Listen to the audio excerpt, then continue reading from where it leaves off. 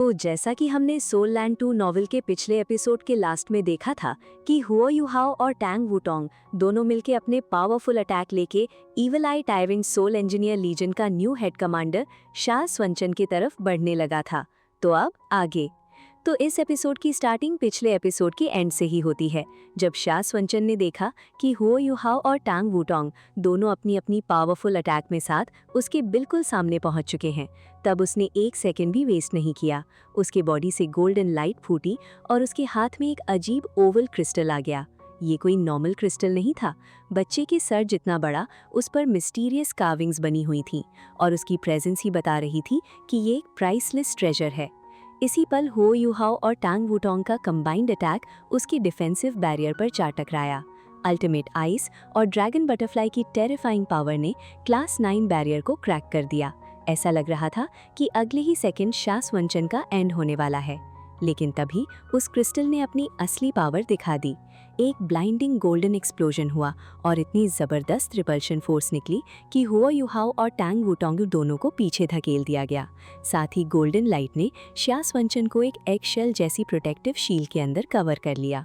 दूर खड़ा शू त्यानव्यन ये सब देखकर हैरान भी हुआ और उसकी आंखों में ग्रीड भी चमक उठी, क्योंकि वो तुरंत समझ गया था कि शा स्वंचन के हाथ में जो क्रिस्टल है वो हर सोल इंजीनियर का ड्रीम ट्रेजर है। ऐसा ट्रेजर जो क्लास 9 सोल इंजीनियर के लिए भी प्राइसलेस माना जाता है। दूसरी तरफ हुओ युहाओ भी शॉक में था। उसकी अल्टीमेट आइस ने कभी किसी ऑर्डिनरी डिफेंसिव बैरियर को सर्वाइव नहीं करने दिया था, लेकिन आज पहली बार किसी सोल टूल ने सिर्फ उसके अटैक को रोका ही नहीं बल्कि उसे उल्टा पीछे भी धकेल दिया। हुओ युहाओ के दिमाग में बस एक ही सवाल चल रहा था, आखिर ये मिस्टीरियस क्रिस्टल था क्या? शा स्वंचन अंदर से बुरी तरह डर चुका था। अगर उसके पास ये स्पेशल क्रिस्टल ना होता तो हुओ युहाओ की अल्टीमेट आइस उसे वहीं फ्रीज कर देती, और अगर एक बार दोनों एनिमीज को लगातार अटैक करने का चांस मिल जाता तो उसकी डेथ पक्की थी। अपनी जान बचाते ही शा स्वंचन जोर से गरजा, लिंक्ड रिंग लॉक ऑन। उसका ऑर्डर सुनते ही इविल आई टायरेंट सोल इंजीनियर लीजन के बचे हुए सभी मेंबर्स ने तुरंत अपने लिंक्ड सोल टूल्स एक्टिवेट कर दिए। ये फॉर्मेशन स्पेशली उन एनिमीज के लिए बनाई गई थी जो उनके सबसे इंपॉर्टेंट एरिया तक घुस आते थे। एक के बाद एक ब्लू लाइट आसमान में चमकने लगी और कुछ ही सेकंड्स में पावरफुल सोल पावर का एक बड़ा लिंक्ड सर्कल तैयार हो गया। ये देखते ही शू त्यानव्यन भी चिल्लाया, linked ring defensive barrier. Imperial dragon soul engineer legion भी तुरंत फॉर्मेशन में आ गई। उनका प्लान सिंपल था, हुओ युहाओ और टैंग वुटोंग को पूरी तरह सराउंड करके 300 से भी ज्यादा सोल इंजीनियर्स की कंबाइंड अटैक पावर से उनका काम तमाम कर देना। हुओ युहाओ ने ये सीन देखकर अंदर ही अंदर गहरी सांस ली। उसे मानना पड़ा कि 20 रैंक सोल इंजीनियर लीजन से सीधा टकराना बिल्कुल आसान नहीं था। अगर पहले वाली केओस में उन्होंने कई सोल इंजीनियर्स को एलिमिनेट ना किया होता तो शायद आज उनके पास कोई चांस ही नहीं बचता। हुओ युहाओ समझ गया था कि अभी इन दोनों 20 रैंक लीजेंड्स को डिस्ट्रॉय करना इम्पॉसिबल है, और बिना एक सेकंड वेस्ट किए उसने अपनी ट्रम्प कार्ड यूज कर दी। उसके सामने तुरंत एक बड़ा ब्लैक स्पेक्ट्रल गेट खुल गया। अब उसे इस गेट को समन करने के लिए किसी स्पेल की भी जरूरत नहीं पड़ती थी। उसने टैंग वुटोंग का हाथ पकड़ा और दोनों एक ही पल में स्पेक्ट्रल गेट के अंदर गायब हो गए। लिंक्ड अटैक उनका पीछा कर सकता था, लिंक्ड डिफेंस से बचना भी मुश्किल था, लेकिन दूसरे प्लेन में एंटर करने के बाद सन मून एम्पायर की दोनों 20 रैंक सोल इंजीनियर लीजेंड्स भी उनका कुछ नहीं बिगाड़ सकती थी। डेंजर टलते ही शा स्वंचन ने अपने माथे का ठंडा पसीना साफ किया और सीधा शू त्यानव्यन के पास पहुंच गया। हम बहुत मुश्किल से बचे हैं। उनकी स्ट्रेंथ तो टेरिफाइंग है ही, लेकिन सबसे डेंजरस उनकी हाइडिंग एबिलिटी है। शू त्यानव्यन ने क्रिस्टल को एक नज़र देखा और फिर गहरी आवाज़ में बोला, मुझे उनकी स्ट्रेंथ से ज़्यादा उनकी एस्केप एबिलिटी की टेंशन है। एक पल में उनका ऑरा हवा से गायब हो गया। क्या ये स्पेस पावर थी? लेकिन इतनी हाई लेवल स्पेस एबिलिटी तो सिर्फ अल्टीमेट डोलुओ ही यूज कर सकता है। आखिर डोलिंग एम्पायर के पास इतने टेरिफाइंग एक्सपर्ट्स कब आ गए? जाया श्वानछन ने जोर से हंस पड़ा और तुरंत बोला, सब लोग तुरंत रिट्रीट करो। हमारे जिन भाइयों से कांटेक्ट टूट गया था शायद वो अब जिंदा नहीं रहे। अब यहाँ रुकना मौत को बुलाना होगा।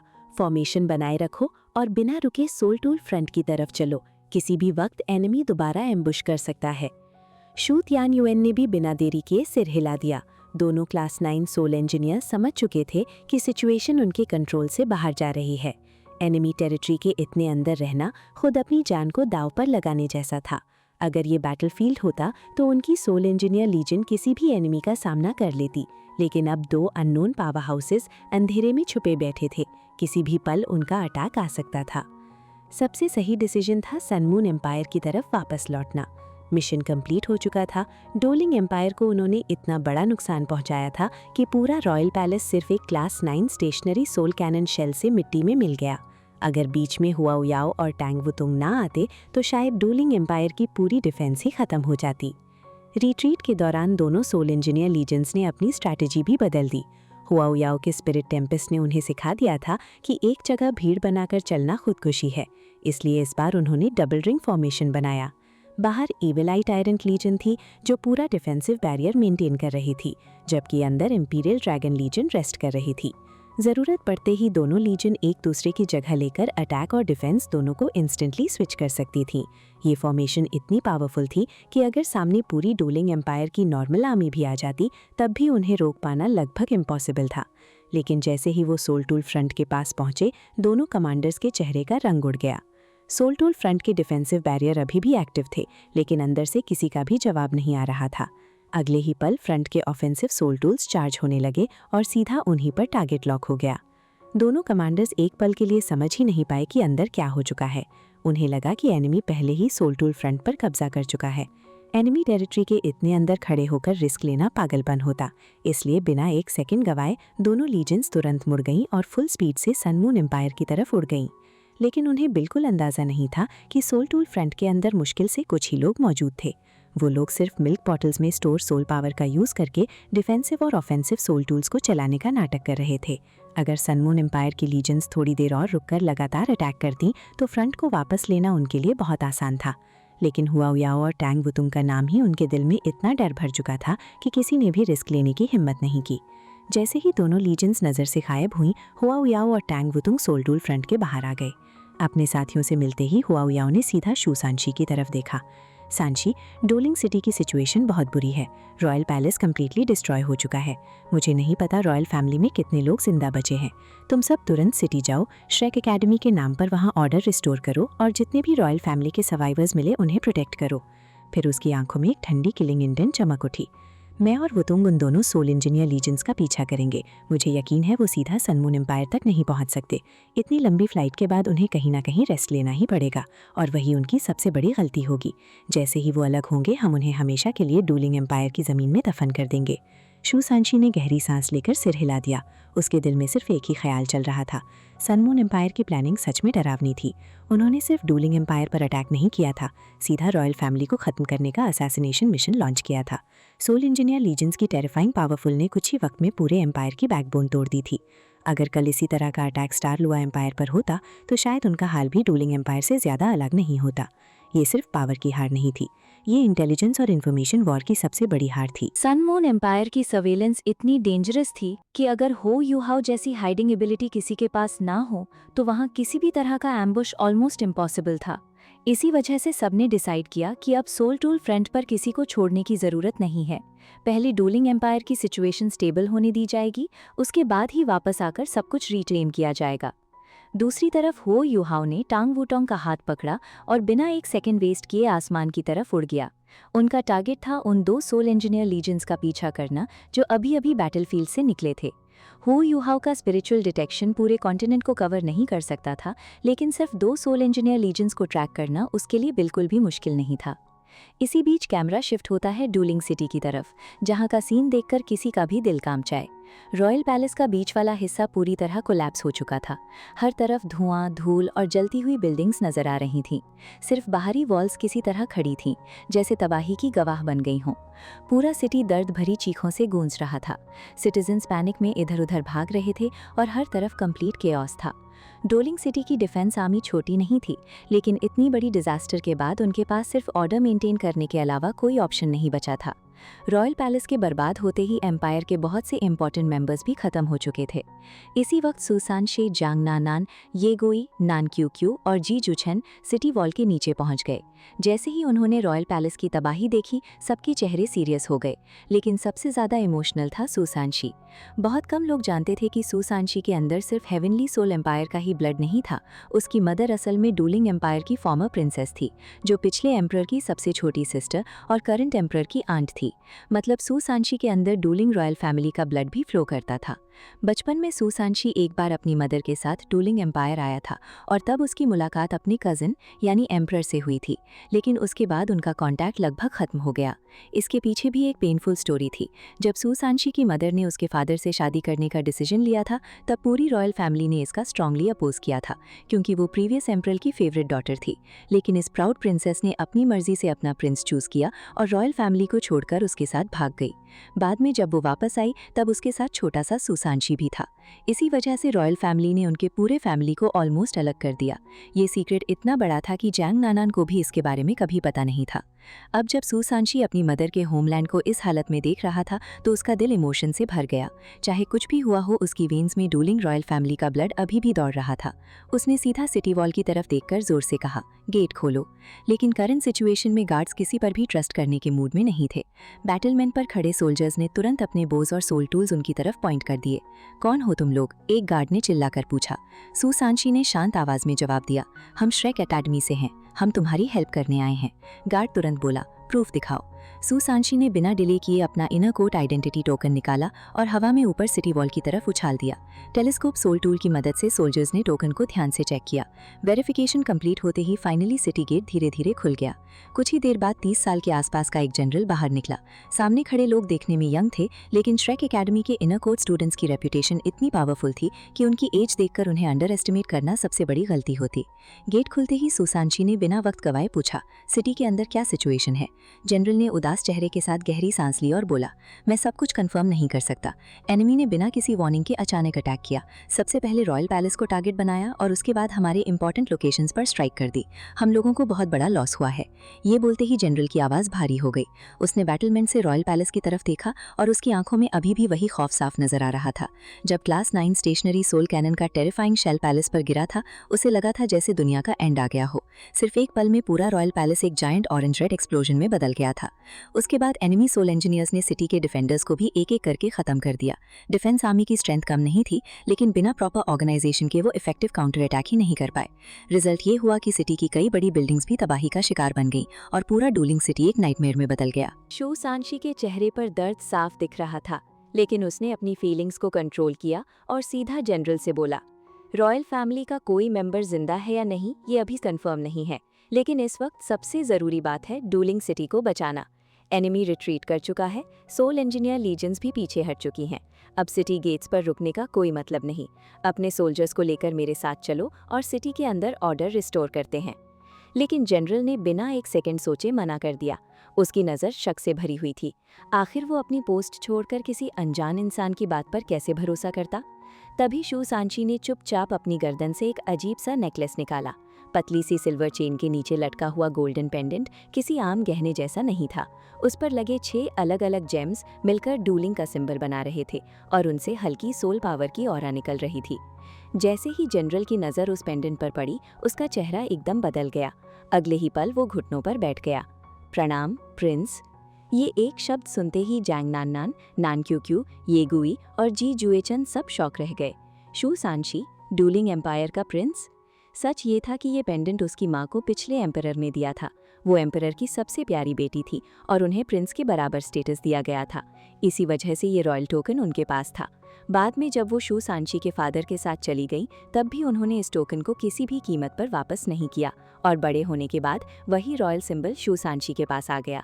कभी उसने नहीं सोचा था कि एक दिन उसे अपनी असली आइडेंटिटी दिखानी पड़ेगी, लेकिन आज उसकी बॉडी में रॉयल फैमिली का ब्लड बह रहा था और रिस्पॉन्सिबिलिटी से भागना मुमकिन नहीं था। उसने पेंडेंट वापस पहना और अथॉरिटी भरी आवाज़ में बोला, टाइम वेस्ट मत करो, सोल्जर्स को लेकर मेरे साथ सिटी के अंदर चलो। हमें डूलिंग सिटी को दोबारा केओस में गिरने से रोकना होगा और किसी इनोसेंट की जान नहीं जानी चाहिए। जनरल की आंखों में दोबारा होप चमक उठी। चाहे उसने इस प्रिंस को पहले कभी ना देखा हो, लेकिन रॉयल फैमिली का एक मेंबर अब भी जिंदा था। बस इतनी बात ही उसके लिए उम्मीद बन गई। उसने तुरंत ऑर्डर पास किया। 2000 सोल्जर्स में से 1500 सोल्जर्स को सिटी वॉल से वापस बुलाया गया और वो खुद उन्हें लीड करते हुए सुसांशी के साथ सिटी के अंदर चला गया। डूलिंग सिटी को इस वक्त सबसे ज़्यादा एक स्ट्रॉन्ग लीडर की ज़रूरत थी। उधर दूसरी तरफ हुआ यूहाओ और टोंग वुटोंग फाइनली उन दोनों सोल इंजीनियर लीजेंड्स के सामने पहुंच चुके थे। दूर से ही उनका परफेक्ट फॉर्मेशन देखकर हुआ यूहाओ ने गहरी सांस ली। सन मून एम्पायर सच में सोल इंजीनियर्स को ट्रेन करने में हमसे कई कदम आगे है। इनका फॉर्मेशन और लिंक्ड सोल टूल्स देखकर ही समझ आ रहा है कि ये बीस्ट रैंक लीजन अपने नाम के लायक क्यों है। टैंग वुटोंग ने टेंशन में पूछा, तो अब क्या करेंगे? जब तक इनका लिंक्ड डिफेंसिव बैरियर एक्टिव है, इन्हें रोकना ऑलमोस्ट इम्पॉसिबल लग रहा है। ये बात बिल्कुल सही थी। अगर ये लिंक्ड सोल टूल्स ना होते तो हुआ यूहाओ अपने स्पिरिचुअल इंटरफेरेंस डोमेन और मिस्टीरियस एबिलिटीज से पूरी लीजन को खत्म कर सकता था। लेकिन अब सब कुछ बदल चुका था। जब तक उनका कंबाइंड डिफेंसिव बैरियर एक्टिव था, उनके पास पहुंचना ही नामुमकिन जैसा था। कुछ पल सोचने के बाद हुआ यूहाओ ने धीरे से अपनी आंखें बंद की। फिर उसके होठों पर एक कॉन्फिडेंस स्माइल आई। उन्हें लगता है इस बैरियर के पीछे छुपकर वो मुझसे बच जाएंगे। तो आज देखते हैं पहले उनका डिफेंस टूटेगा या मेरा अटैक। इतना बोलते ही उसकी स्टोरेज रिंग चमकी और उसके हाथ में एक पिच ब्लैक सोल कैनन आ गई। कैनन ज़्यादा बड़ी नहीं थी, लेकिन उससे निकलने वाली सोल पावर की वाइब्रेशन ही उसकी डेंजरस स्ट्रेंथ का एहसास करा रही थी। हुआ यूहाओ ने बिना एक पल गवाए अपनी सोल पावर कैनन के अंदर डाली। अगले ही सेकंड कैनन हल्की सी गुंज उठी। उसने उसे अपने कंधे पर रखा और बिना एम किए सीधा फायर बटन दबा दिया। हुआ यूहाओ ने बिना किसी वार्निंग के अपनी सोल कैनन फायर कर दी। कैनन के बैरल से एक ब्लेजिंग रेड लाइट निकली और सीधा दूर खड़ी सन मून एम्पायर की 2 सोल इंजीनियर लीजन्स की तरफ लाइटनिंग स्पीड से दौड़ पड़ी। ये कोई ऑर्डिनरी अटैक नहीं था।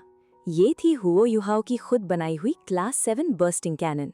हैरानी की बात ये थी कि इसकी अटैक पावर सिर्फ क्लास 5 सोल टूल जितनी थी, लेकिन इसका असली टेरर उसकी पावर नहीं बल्कि उसकी अनबिलीवेबल रेंज थी। जहां नॉर्मल सोल कैनन्स की लिमिट काफी कम होती थी, वहीं हुओ यूहाओ की ये कैनन सीधा 10 किलोमीटर तक अटैक कर सकती थी। इतनी डेंजरस रेंज देखकर खुद स्ट्रिक्ट टीचर श्वान जिविन भी उसकी तारीफ किए बिना नहीं रह पाया था।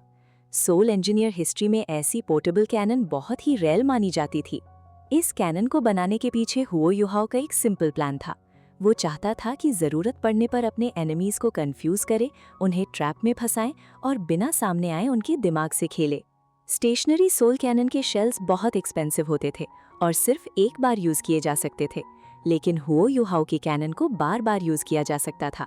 इसी वजह से ये बैटलफील्ड में और भी डेंजरस बन जाती थी। जैसे ही शेल हवा में आगे बढ़ा, शुरू में उसकी स्पीड नॉर्मल लगी, लेकिन सिर्फ 100 मीटर बाद अचानक उसके अंदर का मैकेनिज्म एक्टिवेट हुआ। शेल 2 हिस्सों में डिवाइड हो गया। एक हिस्सा दूसरे को और भी ज्यादा स्पीड देकर एनर्जी स्टेट में आगे लॉन्च कर गया। ये डिजाइन इतना यूनिक था कि देखने वाला भी समझ ना सके कि असल में हुआ क्या। अगले ही पल एक जबरदस्त एक्सप्लोजन हुआ। ऑरेंज रेड फ्लेम सीधा सोल इंजीनियर लीजन के डिफेंसिव बैरियर से टकरा गईं। पहले हुओ यूहाओ और टैंग वुटोंग के सरप्राइज अटैक का शॉक अभी तक उन लीजन्स के दिमाग से गया नहीं था। इस बार ब्लास्ट होते ही दोनों सोल इंजीनियर लीजन्स तुरंत अलर्ट मोड में चले गए। ईवल टायरेंट लीजन और इंपीरियल ड्रैगन लीजन ने बिना एक सेकंड वेस्ट किए अपने लिंक्ड डिफेंसिव बैरियर्स को मैक्सिमम लेवल तक एक्टिवेट कर दिया। साथ ही उनके लिंक्ड ऑफेंसिव सोल टूल्स भी फुल चार्ज होने लगे। हर सोल इंजीनियर किसी भी मोमेंट काउंटर अटैक के लिए रेडी था। लीजन कमांडर्स श्वान तियानन और शा श्वानचन ने अपनी ट्रूप्स के परफेक्ट रिस्पॉन्स को देखकर कोई कमी नहीं निकाली, लेकिन असली प्रॉब्लम कुछ और ही थी। एनिमी था कहाँ? अटैक हुआ था, सोल कैनन भी फायर हुई थी, एक्सप्लोजन भी हुआ था, लेकिन अटैक करने वाला एक बार भी नजर नहीं आया। सबसे बड़ी बात ये थी कि इस बर्स्टिंग कैनन ने उन्हें कोई खास डैमेज भी नहीं दिया। सन मून एम्पायर के लिए बर्स्टिंग कैनन पहले ही आउटडेटेड वेपन बन चुकी थी। वो पियर्सिंग कैनन और डिकॉम्पोजिशन कैनन जैसे पावरफुल सोल टूल्स को ज्यादा इंपॉर्टेंस देते थे। इसलिए दोनों लीजन्स लगातार 5 मिनट तक आसमान में फुल डिफेंसिव फॉर्मेशन बनाए खड़ी रहीं। हर सोल टूल मैक्सिमम पावर पर रेडी था, लेकिन जितना भी वेट किया गया, एनिमी का एक भी शैडो उन्हें दिखाई नहीं दिया। दूर छुपा हुओ यूहाओ बस ये सब देखकर हल्की सी कोल्ड स्माइल कर रहा था। उसने एक हाथ से टैंग वुटोंग का हाथ पकड़ा और दूसरे हाथ में अपनी बर्स्टिंग कैनन संभाली रखी। टैंग वुटोंग उसकी कैफ कंफ्यूजन भरी नजर से देखने लगी। आखिर हुओ यूहाओ के दिमाग में चल क्या रहा था? हुओ यूहाओ ने शांत आवाज में कहा, मैं बस उन्हें ये बता रहा हूँ कि मैं यहीं आसपास हूँ, ताकि हर पल वो अलर्ट और टेंशन में रहें। टंग वुटोंग ने कुछ ही पल सोचा और तुरंत हुओ यूहाओ का असली प्लान समझ गई। वो हल्की सी मुस्कुराई और बोली, तुम उन्हें एक सेकंड के लिए भी रिलैक्स नहीं होने देना चाहते। सच में बहुत डेंजरस हो। हुओ यूहाओ भी मुस्कुराया। डेंजरस? वो लोग भी कोई सेंस नहीं है। बस मुझे फिक्र दूलिंग सिटी की है। उम्मीद करता हूँ थर्ड सीनियर ब्रदर और बाकी लोग सिचुएशन को कंट्रोल कर लेंगे। टंग वुटोंग ने गहरी सांस लेकर कहा, एनिमी का प्लान बहुत ही क्रूअल और स्मार्ट है। अगर डूलिंग एम्पायर के फ्रंटलाइन एक्सपर्ट्स को रॉयल पैलेस की खबर मिल गई तो वो बिना सोचे सन वून एम्पायर पर अटैक कर देंगे, और अगर ऐसा हुआ तो सब सूजी के ट्रैप में फंस जाएंगे। ये सुनकर हुओ युहाओ का एक्सप्रेशन सीरियस हो गया। वो जानता था कि सूजी सिर्फ बैटलफील्ड ही नहीं, दिमाग की लड़ाई में भी बहुत खतरनाक थी। उसने धीरे से कहा, अब सबसे पहले हमें इन दोनों सोल इंजीनियर लीजेंड्स को ख़त्म करना होगा। ओपन बैटलफील्ड में सन मून एम्पायर को हराना मुश्किल है, इसलिए हमें उनकी मिलिट्री पावर को धीरे धीरे कमज़ोर करना पड़ेगा। सोल टूल्स बनाना आसान है, लेकिन टॉप लेवल सोल इंजीनियर्स को ट्रेन करने में सालों लगते हैं। उधर दोनों सोल इंजीनियर लीजेंड्स को भी समझ आ गया था कि हुओ युहाओ उनके साथ माइंड गेम खेल रहा है। वो उसे ढूंढना चाहते थे, लेकिन उनमें अलग होने की हिम्मत ही नहीं थी। अगर फॉर्मेशन टूट गया तो हुओ युहाओ और टंग बूतोंग पल भर में उनका काम तमाम कर देते। इसलिए पूरी लीजन अपना कंबाइंड डिफेंसिव बैरियर बनाए रखी हुई थी, लेकिन इस बैरियर को मेंटेन करने के लिए हर सेकंड सोल पावर खर्च हो रही थी। पहले ही डूलिंग सिटी की बैटल में उनकी बहुत एनर्जी खत्म हो चुकी थी। सिटी डिफेंस आर्मी से लड़ने के बाद हुओ युहाओ और टंग बूतोंग के अटैक ने उन्हें बिना रेस्ट किए पीछे हटने पर मजबूर कर दिया था। सबसे बड़ी प्रॉब्लम ये थी कि ऑर्डिनरी सोल इंजीनियर्स के पास लिमिटेड सोल पावर थी। उनकी लीजन में ज़्यादातर लोग सिर्फ 4 सोल रिंग्स वाले थे। वो फ्लाइंग सोल टूल्स और मिल्क बॉटल्स की मदद से उड़ रहे थे, लेकिन उन सब की भी एक लिमिट थी। अब उनके कमांडर्स के चेहरे पर टेंशन साफ दिख रही थी। उन्हें समझ आ चुका था कि हुओ युहाओ सीधा अटैक नहीं करेगा, वो उन्हें सिर्फ हरास करेगा। बैटलफील्ड में हरासमेंट एक सिंपल लेकिन सबसे डेंजरस स्ट्रैटेजी होती है। एनिमी को अटैक मत करो, बस उसे कभी चैन से सांस मत लेने दो। ना रेस्ट मिले, ना सोल पावर रिकवर हो, और धीरे धीरे वो खुद कमज़ोर पड़ जाए। टॉप लेवल एक्सपर्ट्स शायद इस प्रेशर को झेल लेते, लेकिन ऑर्डिनरी सोल इंजीनियर्स ज़्यादा देर तक नहीं टिक सकते थे। एक वक्त ऐसा आता जब उनकी सोल पावर पूरी तरह खत्म हो जाती, और उसी पल उनका डिफेंसिव फॉर्मेशन टूट जाता, और फॉर्मेशन टूटने का मतलब था मौत। सूतियन युवान धीरे से शिया सूचन के पास आया और फुसफुसाया, ब्रदर शिया, अब हम क्या करें? शिया सूचन ने भारी आवाज़ में जवाब दिया, सिचुएशन बहुत बुरी है। हमारा एनिमी सिर्फ पावरफुल ही नहीं, बहुत पेशेंट भी है। अगर उसने हरासमेंट स्ट्रैटेजी चुन ली है तो वो इसे एंड तक कंटिन्यू करेगा। थोड़ी देर रुककर उसने कहा, अब हमारे पास सिर्फ एक ऑप्शन है। डूलिंग सिटी से जितना दूर हो सके उतना दूर चले जाओ, फिर किसी सेफ जगह रुकेंगे। एक लीजन गार्ड करेगी और दूसरी रेस्ट लेकर सोल पावर रिकवर करेगी। शिया सूचन ने सिर हिला दिया। ये प्लान रिस्की ज़रूर था, लेकिन फिलहाल इसी में उनकी बचाव की उम्मीद थी। गुस्से से उसने अपनी मुट्ठी कस ली। अगर कभी हुओ युहाओ और टंग बूतोंग गिरे हाथ लग गए तो मैं उनके बॉडी के लाखों टुकड़े कर दूंगा। शिया सूचन जोर से हंस पड़ा। काम डाउन ब्रदर शिया, हमारे सोल्जर्स हमें देख रहे हैं। अभी गुस्से से नहीं, दिमाग से काम लेना होगा। कम से कम वो दोनों भी ओपन बैटलफील्ड में सीधा हमला करने की हिम्मत नहीं करेंगे। आखिर दोनों कमांडर्स ने तुरंत ऑर्डर दे दिया, सब लोग स्पीड बढ़ाओ, डूलिंग सिटी से जितना दूर हो सके उतना दूर निकल जाओ। और इसी ऑर्डर के साथ दोनों सोल इंजीनियर लीजेंड्स और भी तेज रफ्तार से आसमान की तरफ उड़ने लगी, बिना ये जाने कि हुओ युहाओ का असली गेम अभी शुरू हुआ था। ठीक उसी वक्त एक और एक्सप्लोडिंग कैनन शेल सीधा उन दोनों सोल इंजीनियर लीजन पर गिरा, लेकिन उनके डिफेंसिव बैरियर से टकराते ही जोर से ब्लास्ट हो गया। अचानक हुए इस अटैक ने पूरी फॉर्मेशन को टेंशन में डाल दिया।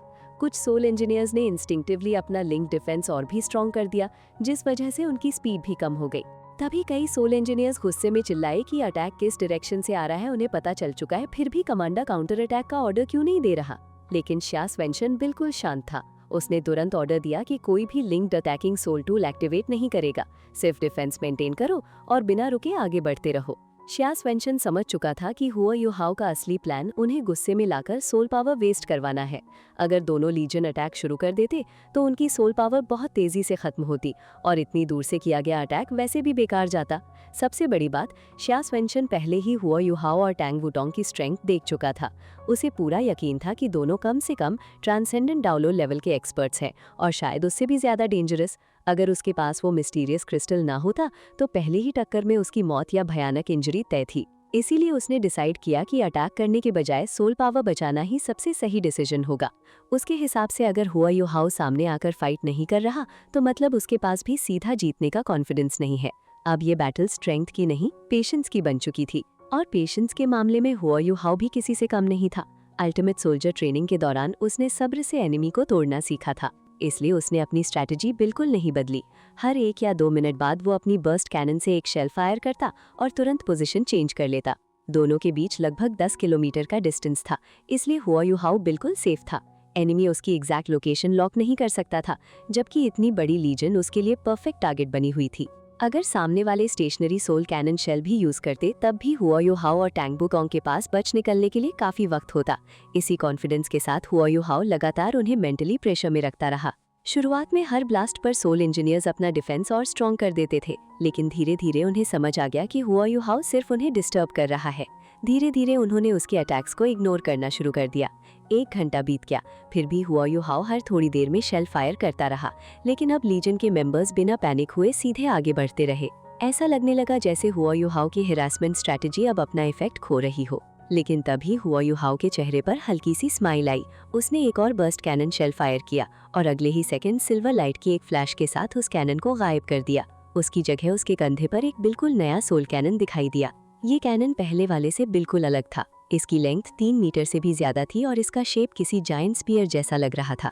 फ्रंट पर स्पीयर की शार्प टिप थी, जबकि पीछे का हिस्सा एक अजीब अम्ब्रेला जैसा डिजाइन रखता था। सिर्फ इसे देखकर ही समझ आ रहा था कि ये ऑर्डिनरी सोल टूल बिल्कुल नहीं है।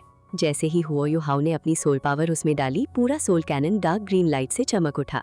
ग्रीन एनर्जी के रिंग्स धीरे धीरे कैनन की टिप की तरफ बढ़ने लगे और कुछ ही पलों में सारी एनर्जी एक ही पॉइंट पर कॉन्सेंट्रेट हो गई। अगले ही सेकंड उस टिप पर एक छोटा सा ब्लैक होल जैसा स्पेस क्रैक दिखाई देने लगा। ये कोई ऐसा ब्लैक होल नहीं था जो सब कुछ निगल रहा हो, बल्कि इतनी टेरिफाइंग पावर और प्रेशर क्रिएट हो चुका था कि स्पेस खुद टूटने लगा था। सबसे शॉकिंग बात ये थी कि टूटने के बाद भी स्पेस वापस नॉर्मल नहीं हो रहा था। स्पेस लगातार क्रैक होता जा रहा था और सिर्फ इस वेपन की चार्जिंग देखकर ही लग रहा था कि हुआ यू हाओ अब तक का सबसे डेंजरस अटैक लॉन्च करने वाला है। टैंग वुटोंग को सोल इंजीनियर के बारे में लगभग कुछ भी नहीं पता था, लेकिन जैसे ही उसने हुआ यू हाओ के हाथ में वो सोल टूल देखा, उसके दिल में एक अजीब सा खौफ पैदा हो गया। उसे सिर्फ इतना महसूस हो रहा था कि ये वेपन आम सोल टूल बिल्कुल नहीं था। इस बार हुआ यू हाओ ने बिना सोचे समझे अटैक नहीं किया। उसने तुरंत अपना स्पिरिचुअल डिटेक्शन एक्टिवेट किया और पूरे बैटलफील्ड को स्कैन करना शुरू कर दिया। क्योंकि वो अपना स्पिरिचुअल डिटेक्शन टैंग वुटोंग के साथ शेयर कर रहा था, इसलिए टैंग वुटोंग भी साफ देख पा रही थी कि हुआ यू हाओ का असली टारगेट इंपीरियल ड्रैगन लीजन के अंदर रेस्ट कर रहा एक सोल इंजीनियर था। अगले ही पल एक बहरा कर देने वाला एक्सप्लोजन हुआ और हुआ यू हाओ के कंधे पर रखे सोल कैनन से एक डार्क ग्रीन बीम बिजली की रफ्तार से निकली। बीम फायर होते ही हुआ यू हाओ भी लाइटनिंग की तरह आगे दौड़ पड़ा। सिर्फ कुछ ही सेकंड्स में उसने हजारों मीटर का फासला पार कर लिया और एनिमी के डिफेंसिव बैरियर के बिल्कुल पास पहुंच गया। ये सब कुछ पहले से कैलकुलेट किया गया था। स्पिरिचुअल डिटेक्शन की वजह से हुआ यू हाओ ने अटैक का हर एंगल और टाइमिंग परफेक्टली सेट की थी। डार्क ग्रीन बीम सीधा इंपीरियल ड्रैगन लीजन के लिंक्ड डिफेंसिव बैरियर से टकरा गई। बैरियर जोर से कांप उठा और जहां बीम लगी थी वहां एक छोटा सा होल बन गया। पूरा बैरियर अब भी खड़ा था, लेकिन उसमें एक फेटल वीकनेस पैदा हो चुकी थी और उसके अगले ही सेकंड बैटलफील्ड पर मौजूद हर सोल इंजीनियर की आंखें खुली की खुली रह गईं। डार्क ग्रीन बीम सीधा एक सोल इंजीनियर के बॉडी पर जा लगी। उसका ऑटोमेटिक प्रोटेक्टिव बैरियर तुरंत एक्टिवेट हुआ, लेकिन सिर्फ एक पल के लिए। अगले ही सेकंड बैरियर भी गायब हो गया और उसके साथ सोल इंजीनियर का पूरा बॉडी भी। ना कोई चीख, ना कोई रेजिस्टेंस। उसका पूरा शरीर अनगिनत ग्रीन पार्टिकल्स में बदल गया जो हवा में तैरने लगे। ऐसा लग रहा था जैसे उसका एग्जिस्टेंस ही दुनिया से मिटा दिया गया हो। डिफेंसिव बैरियर की वजह से वो ग्रीन पार्टिकल्स बाहर नहीं जा सके और वहीं हवा में घूमते रहे। ये देखते ही दोनों लीजन के लगभग सभी सोल इंजीनियर्स ने घबराकर अपने प्रोटेक्टिव बैरियर एक्टिवेट कर दिए। उन्होंने अपनी जिंदगी में इतना टेरिफाइंग अटैक कभी नहीं देखा था। उधर हुआ यू हाओ अपना मिशन कंप्लीट करते ही बिना एक सेकंड वेस्ट किए वापस रिट्रीट कर गया। लेकिन इंपीरियल ड्रैगन लीजन के 2 सबसे पावरफुल सोल इंजीनियर्स शा श्वंचन और शू तियानवन बिल्कुल सन रह गए थे। नॉर्मल सोल इंजीनियर्स शायद इस वेपन को पहचान नहीं पाए, लेकिन ये दोनों तुरंत समझ गए थे। ये कोई ऑर्डिनरी सोल टूल नहीं, ये था क्लास 9 डीकम्पोजिशन कैनन। एक ऐसा सोल टूल जो लिंक्ड डिफेंसिव बैरियर को भी पेपर की तरह चीर कर सीधा टारगेट को एग्जिस्टेंस से मिटा देता था। जब हुआ यू हाओ ने पहले स्वानज़िवन से क्लास 8 डीकम्पोजिशन कैनन मांगा था, तब किसी ने नहीं सोचा था कि उसके पास असली ट्रम्प कार्ड तो क्लास 9 डीकम्पोजिशन कैनन होगा। डीकम्पोजिशन कैनन की सबसे डेंजरस बात उसकी डिस्ट्रक्टिव पावर नहीं थी, उसकी असली खौफनाक एबिलिटी थी हर तरह की एनर्जी को डीकम्पोज कर देना। चाहे प्रोटेक्टिव बैरियर हो या डिफेंस टेक्निक, सब उसके सामने बेकार हो जाते थे। अगर कोई उस अटैक को रोकना चाहता था तो उसकी डिफेंसिव पावर डीकम्पोजिशन कैनन की अटैक पावर से 3 गुना ज्यादा होनी चाहिए थी। यहाँ तक कि एक पीक क्लास 9 सोल इंजीनियर भी अपने स्ट्रॉन्गेस्ट प्रोटेक्टिव बैरियर के साथ इस अटैक को रोक नहीं सकता था। सिर्फ extremely powerful linked defensive barrier ही इस कैनन का सामना कर सकता था। अगर शा श्वंचन और शू तियानवन अपनी पीक कंडीशन में होते तो शायद अटैक रोक लेते, लेकिन अब 200 से ज्यादा सोल इंजीनियर्स पहले ही मर चुके थे। लिंक्ड डिफेंसिव बैरियर भी कमजोर हो चुका था और उनके पास इस कैनन को रोकने का कोई चांस नहीं बचा था। एक ही अटैक ने सिर्फ एक सोल इंजीनियर की जान नहीं ली थी, उसने पूरी लीजन के दिल में डर बिठा दिया था। सिचुएशन कंट्रोल से बाहर जाती देख शाश्वंजन जोर से चिल्लाया, कोई पैनिक मत करो, लिंक्ड डिफेंसिव बैरियर को मेंटेन रखो। ये क्लास 9 डीकॉम्पोजिशन कैनन है, इसे कंटिन्यूअसली फायर नहीं किया जा सकता।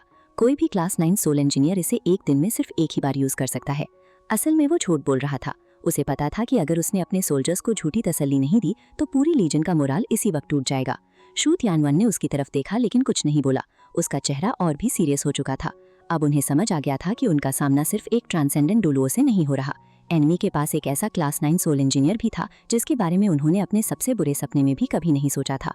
और सबसे हैरानी की बात ये थी कि डुलुओ कॉन्टिनेंट की एम्पायर्स के पास क्लास 9 डीकॉम्पोजिशन कैनन होने की खबर उन्होंने कभी नहीं सुनी थी। तो दोस्तों, आज के लिए इतना ही, पर जाने से पहले वीडियो पे अपना प्यार दिखाइए और लाइक शेयर कमेंट्स कर दीजिए।